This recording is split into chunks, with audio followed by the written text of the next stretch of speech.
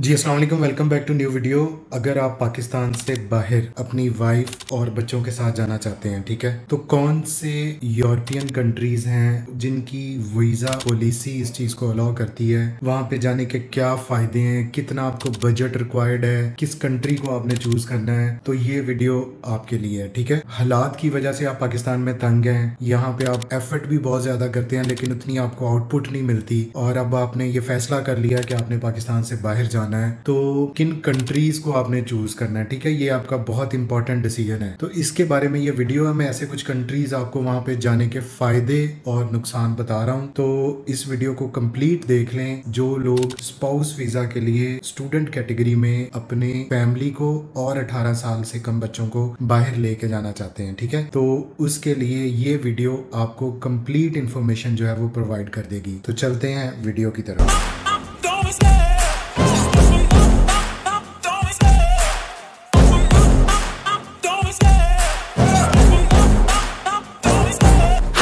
बाहर जाने के हवाले से जो सबसे इम्पोर्टेंट फैक्टर है पाकिस्तानियों को कंसिडर करना चाहिए, वो इस कंट्री का वीज़ा पॉलिसी है, क्वालिटी ऑफ एजुकेशन है, लिविंग एक्सपेंस है, और एजुकेशन के बाद आपके लिए क्या अपॉर्चुनिटीज है वहाँ पे सेटल होने की, पीआर की। तो ये वो 4 फैक्टर हैं जो किसी भी कपल को कंसिडर करने चाहिए अगर वो बाहर स्टडीज के लिए जो है वो अप्लाई करना चाहता है, ठीक है, विद स्पाउस। तो पाकिस्तान के हवाले से क्योंकि हमारा एक्सपीरियंस है, हमारा पासपोर्ट दुनिया में माशाल्लाह बहुत अच्छी रैंकिंग पे है, तो हमें सबसे ज्यादा जो इम्पोर्टेंट चीज है वो वीजा पॉलिसी जो है उसको देखना है, ठीक है। तो इसमें मैंने कुछ कंट्रीज को उनकी वीजा पॉलिसीज, उनकी कॉस्ट ऑफ लिविंग, उनका जो प्रोसेस है उसके हवाले से जो है उनको नंबरिंग दी है। तो जो नंबर 7 पे कंट्री है जिसको मैंने रखा है वो है आयरलैंड, ठीक है। आयरलैंड में जो इनका स्पाउस वीजा है स्टूडेंट के साथ वो अलाउ है, और उसको अलाउ है फुल टाइम वर्क करने के लिए, ठीक है। सेवरल अच्छी यूनिवर्सिटीज हैं आयरलैंड में। अगर आप स्टूडेंट वीजे पे जाते हैं तो आपकी जो कॉस्ट है, जो आपका खर्चा आता है एक एप्लीकेंट का, वो तकरीबन कोई 30 से 35 लाख के राउंड अबाउट है, क्योंकि यहाँ पे 8,000, 9,000, 10,000 तक आपको जो है वो ट्यूशन फीस मिलती है। कॉस्ट ऑफ लिविंग काफी हाई है, स्पेशली अगर आप कैपिटल में जाते हैं, फॉर एग्जांपल डबलिन में। और इसके अलावा यहाँ पे आपको स्ट्रॉन्ग मार्केटिंग जो है वो बाद में आपको जॉब अपॉर्चुनिटीज है। इंग्लिश स्पीकिंग कंट्री है, सबसे बड़ा एज है। अगर आपका पार्टनर का बायो साइंसेज है तो उसको फार्मास्यूटिकल साइंसेज की बहुत ज्यादा कंपनीज हैं। इसके अलावा बड़े बड़े दुनिया के आईटी के जो सेक्टर्स हैं वहाँ यहाँ पे भी उनके जो है वो ऑफिसेज हैं, तो आपको एक अच्छी मार्केट मिल जाती है कि आपका स्पाउस भी जो है वो अर्न कर सके। यहाँ पे मुश्किलात क्या है कि आपको बहुत स्ट्रॉन्ग बैंक स्टेटमेंट शो करनी है। आपको लिटरली अगर आप अपनी वाइफ और बच्चों के साथ यहाँ पे मूव करना चाहते हैं तो एक सिंगल एप्लीकेंट को, क्योंकि आयरलैंड में आता है कि आपने जितनी देर रिमेनिंग आपने डिग्री आपने करनी है, 3 साल का बैचलर है, तो आपने remaining fees plus living expense जो है वो शो करना है। या इसके अलावा आपके पास ऑप्शन है कि आप जर्मनी की तरह 10,000 यूरो का ब्लॉक अमाउंट जमा करवा दें, ठीक है। तो यहाँ पे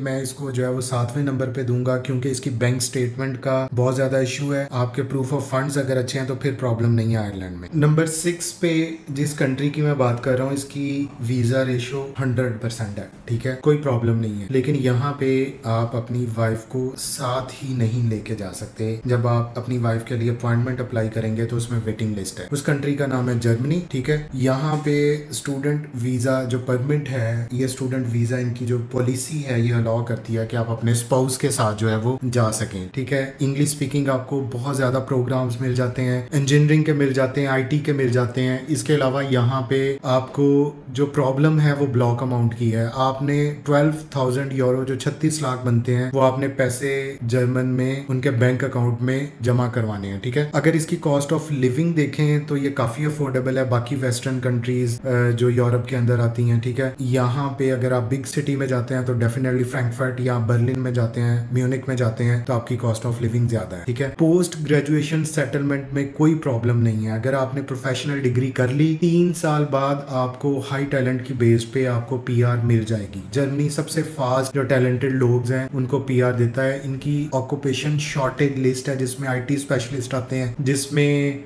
तकरीबन हर फील्ड के जो टॉप के एक्सपर्ट्स हैं उनको ये जल्दी पीआर दे देता है, आपकी फैमिली भी सेटल हो जाती है, आपको ब्लॉक अमाउंट उसके लिए चाहिए। तो जर्मनी को 6 नंबर पे मैंने सिर्फ इसकी वीजा पॉलिसी के हवाले से रखा है, और वीजा पॉलिसी में भी इसका वीजा अपॉइंटमेंट टाइम है। अगर आपने अपनी फैमिली के लिए अप्लाई किया है तो हो सकता है आपको 1 साल 1.5 साल सिर्फ अपॉइंटमेंट आने में लग जाए, उसके बाद वीजा लग जाएगा। तो इसलिए जर्मनी भी मैंने इसको 6 नंबर पे किया है, ठीक है। नंबर 5 पे जो कंट्री है, बहुत खूबसूरत कंट्री है, छोटा सा कंट्री है, इकोनॉमी वाइज काफी रिच है, वो है नेदरलैंड। इनकी भी वीजा पॉलिसी स्टूडेंट को अलाउ करती है कि वो अपने पार्टनर्स को, स्पाउस को बुला सके। पाकिस्तान के हवाले से जो सबसे बड़ी प्रॉब्लम नेदरलैंड की है वो है यहाँ का एक्सपेंस, क्योंकि यहाँ पे यूनिवर्सिटी की ट्यूशन फीस काफी ज्यादा है। आपको 20,000 21,000 यूरो ट्यूशन फीस मिलती है। जो मिनिमम ट्यूशन फीस है यहाँ पे 9,000 10,000 या 11,000 तक भी मिल जाती है, लेकिन वो बहुत कम यूनिवर्सिटीज की हैं। तो यहाँ पे आपको हाई क्वालिटी ऑफ एजुकेशन मिलती है। अगर आप इसकी कॉस्ट ऑफ लिविंग देखें तो ये तकरीबन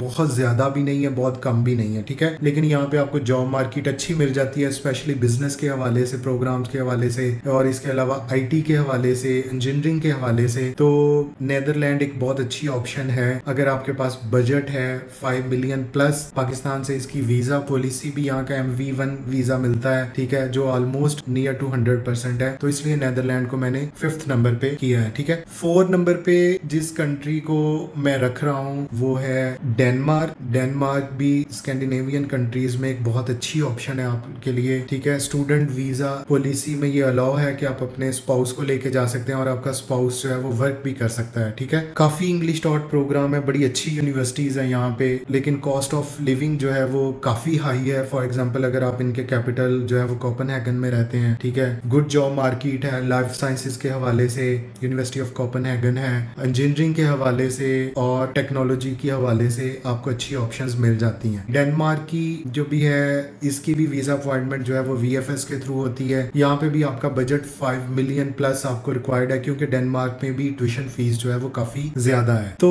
ये वो चीजें हैं जो आपको ने कंसीडर करनी है कि आपका बजट कितना है, उस कंट्री की वीजा रेशो कैसी है, क्या हमें वीजा अपॉइंटमेंट मिलेगी। अब जो टॉप 3 कंट्रीज हैं जिनके बारे में मैं आपको बता रहा हूँ, तो ये भी आपको जो है वो अलाउ करते हैं स्पाउस के लिए, ठीक है। इसमें नंबर 3 पे जो कंट्री जिसको मैंने एनलिस्ट किया है, अगर बजट के हवाले से देखें तो वो सबसे लो बजट कंट्री है, ठीक है, वो है लैटविया। लैटविया एक बाल्टिक कंट्री है, बाल्टिक स्टेट है, शेंजन जोन के अंदर है, ठीक है।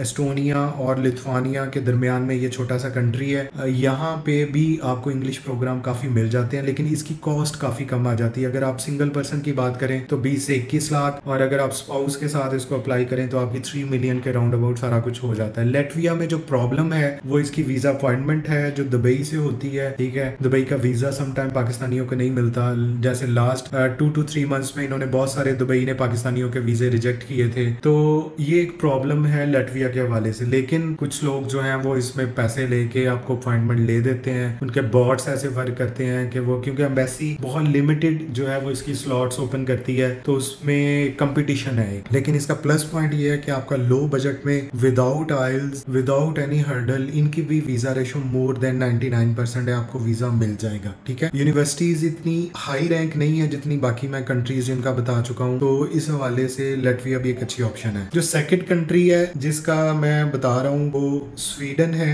बहुत स्मूथ वर्क था जब इसकी एम्बेसी पाकिस्तान में थी, लेकिन पाकिस्तान के कारनामों की वजह से आप लोगों की इनकी एम्बेसी पाकिस्तान से भाग गई है। ये एथोपिया में वर्कआउट करती है, पाकिस्तानी कैंडिडेट्स वहां पे जाके अप्लाई करते हैं, इनका भी रेजिडेंट परमिट अप्लाई होता है। ये इनकी वीजा पॉलिसी आपको अलाउ करती है कि आप साथ में ही अपने पार्टनर को जो है वो अप्लाई कर सकें, ठीक है। स्वीडन के लिए जो सबसे बड़ी हर्डल है वो इनका एडमिशन लेना। इनमें अच्छी यूनिवर्सिटीज हैं, आपको आइल्स की रिक्वायरमेंट है, आपको पीटी की रिक्वायरमेंट है। आपका जो बजट है, अगर 2 लोग हैं तो मैं उसको रफली 35 लाख के राउंड अबाउट उसको बताता हूँ। अगर प्लस किड है, प्लस पर किड जो है वो 5 लाख इसमें कॉस्ट जो है वो इंक्लूड हो जाती है। यहाँ की भी वीजा रेशो मोर देन 99% है, कोई वीजा नहीं रिजेक्ट होता अगर आपका प्रोग्राम ठीक है, आपकी यूनिवर्सिटी अच्छी है। यहाँ का जो बेनिफिट है कि हाई रैंक्ड यूनिवर्सिटीज हैं, ठीक है। कॉस्ट ऑफ लिविंग अगर आप major cities for example Stockholm में जाते हैं, अपसाला में जाते हैं तो काफी हाई है, लेकिन काफी स्ट्रॉन्ग यहाँ पे मार्केट है, जॉब मार्केट आपको इंजीनियरिंग के हवाले से, आईटी के हवाले से, तो एक अच्छी ऑप्शंस हैं। काफी स्वीडिश लोग काफी इंग्लिश बोल लेते हैं, तो आपको स्वीडन को चूज करना चाहिए अगर आपका बजट बजट 4 मिलियन के राउंड अबाउट है और आपकी एलिजिबिलिटी रिक्वायरमेंट पूरी है, ठीक है। जो नंबर